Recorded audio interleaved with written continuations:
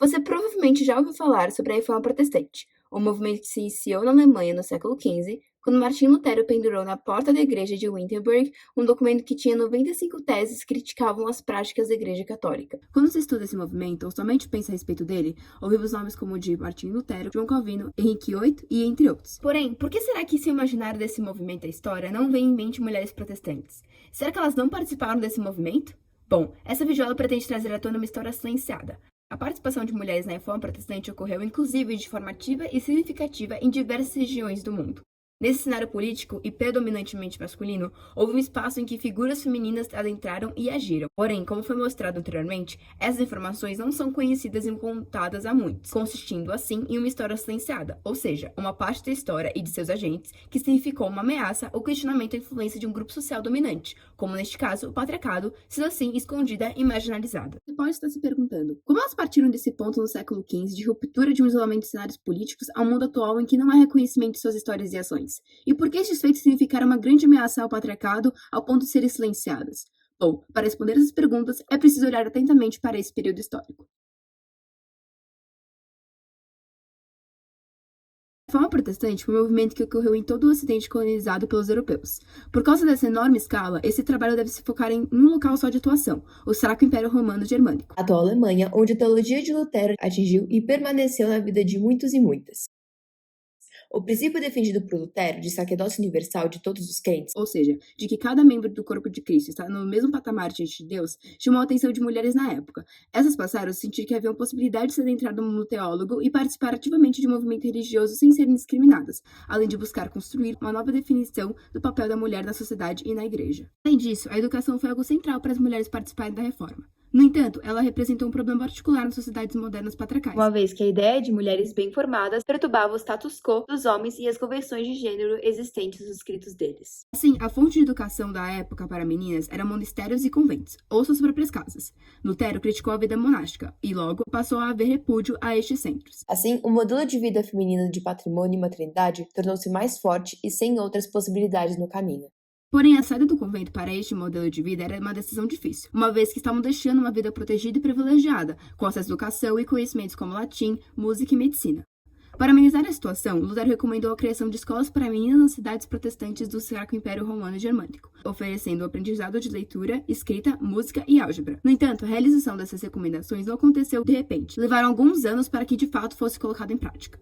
Mesmo havendo uma rigidez na vida monástica, houve mulheres que não quiseram deixar a vida do convento para diretamente se casar e ter filhos. Mas isso não as impediu de participarem da reforma. Inclusive, algumas delas tiveram contato direto com Lutero, como foi o caso da compositora Elisabeth von Meselis-Kruger. Nesse contexto, percebe também uma possível liberdade de escolha para as mulheres brancas da época no Sacro Império Romano Germânico, podendo permanecer no convento ou buscar estudar por conta própria em suas casas, ao invés de imediatamente seguir o caminho de vida modelado para elas. Assim, esses conhecimentos adquiridos foram importantes para que pudessem expressar seus pensamentos sobre a reforma pela escrita, agindo no movimento não só como alguém que oferecia suas casas para reuniões religiosas e criava os filhos protestantes, tarefas ainda colocadas como responsabilidade delas.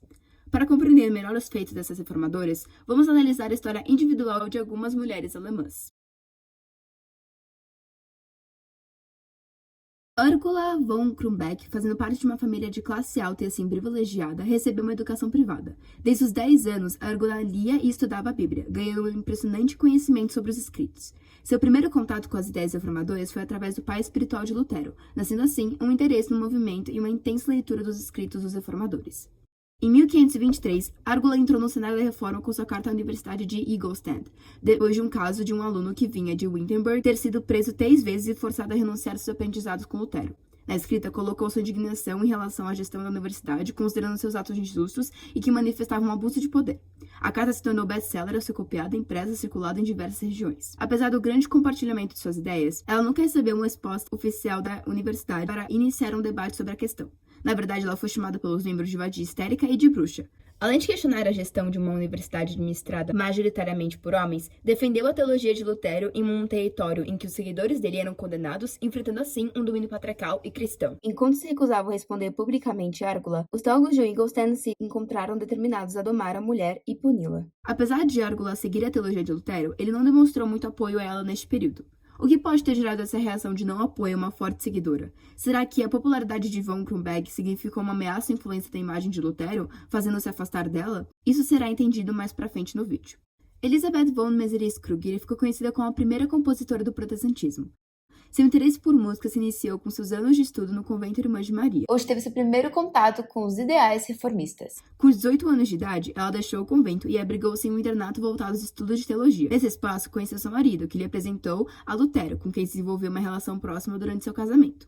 Quando Elizabeth escreveu o seu hino Senhor Jesus Cristo, único Filho de Deus, Pai em Trindade, Martinho o incluiu no primeiro inário protestante em Wittenberg, e ainda hoje se encontra no inário oficial da Igreja Evangélica da Alemanha. O hino demonstra seu conhecimento bíblico e sua sabedoria teológica, declarando os principais princípios protestantes. Com essa posição de destaque, é possível nos questionarmos a respeito dos papéis sociais referentes aos gêneros. O que significa uma comunidade inteira ler e cantar a escrita de uma mulher, tendo em vista o cenário religioso ser predominante masculino? E cantar sem saber que ele havia sido escrito por uma mulher, sem que ela recebesse o merecido destaque por isso? Katharina Schulze aprendeu a ler e escrever fluentemente em alemão através de casas-escolas, onde professores ministravam aulas para as meninas e meninos. De forma independente, estudou o lecionário e a tradução do Novo Testamento de Lutero e obras de outros reformadores, aprendendo mais sobre a reforma. Assim, inspirada e identificada com esses ideais, Catarina se converteu ao protestantismo. Catarina escrevia sobre questões e problemas que ela descobria e estudava a partir de leituras e de interações pessoais ou por cartas. Esses dois instrumentos foram essenciais para tornar a teologia protestante de seus escritos mais inclusiva, indo além dos fundamentos de Lutero em que se baseava. Além de trazer novos pensamentos através de sua escrita, sua casa e de seu marido abrigou diversos reformadores perseguidos ao longo do século XV e XVI. A maioria das mulheres protestantes raramente se identificavam como profetas, mas Catarina se autodenominava uma. Sua função profética se limitava devido ao fato de ser mulher, algo que a autora percebia. Inclusive, sempre era cuidadosa para explicar e deixar claro que sua escrita vinha do seu próprio conhecimento e não de seu marido, para que não tirasse mérito de suas cartas divulgadas. Mesmo consciente das limitações que seu gênero lhe impunha como escritora teológica, Catarina ainda produzia materiais que podiam e funcionavam como sermões, discursos políticos, tratados teológicos e bíblicos, se colocando em tipo de escritas de domínio exclusivamente masculino. Também pregou em público 3 vezes, ocupando um espaço público e de discurso oral, desafiando ainda mais os limites impostos à minoria social que representava. Será que esse conjunto de ações de Catarina que desafiaram o sistema patriarcal causou alguma consequência no mundo atual? Em seu livro As Mulheres ou o Silêncio da História, Michelle Perrault Afirma que restaurar a ordem é impor o silêncio a essa desordem, a palavra das mulheres. Ou seja, o que pode gerar transformações na estrutura patriarcal do sistema é a voz e a escrita de mulheres, significando assim uma ameaça ao poder masculino. Esse conceito consegue trazer uma hipótese de como e por que houve o silenciamento das reformadoras. Tanto Elizabeth quanto Catarina e Árgula utilizaram suas palavras e suas vozes para expressar suas opiniões e sentimentos em relação ao movimento. A partir do ponto em que esses pensamentos alcançaram diversas regiões, elas passam a ter uma popularidade que, na maioria dos casos, é conquistada somente por homens reformadores. O que se fez com esse espaço demonstrou ser problema para esses teólogos. Árgula defendia seus próprios direitos e de outras mulheres de discutir opiniões religiosas, explicar suas crenças em públicos, ler a Bíblia em alemão e ter suas interpretações pessoais do texto sagrado. Catarina desafiava as barreiras que eram impostas ao seu gênero, se colocando no cenário público através de sua escrita e voz. A partir das interações com diferentes grupos sociais, Zéu expandiu a teologia de Lutero para torná-la mais inclusiva. Ambas poderiam causar mais adesão de grupos à reforma, mas em uma forma não controlada e instituída por Lutero. Por este motivo, o discurso dela significou uma ameaça ao tipo de comportamento social definido pelo reformador e o seu domínio no movimento. Assim, para permanecer a ordem luterana, o silêncio é imposto às palavras das mulheres, já que o silêncio era a disciplina do mundo das famílias e dos corpos, regra política e social. Ademais, a escrita de Kruger, Kronberg e Zell, ao terem influência sobre os outros protestantes, causaram desconforto e reflexões sobre as novas possibilidades de liderança e quais espaços são destinados a cada gênero.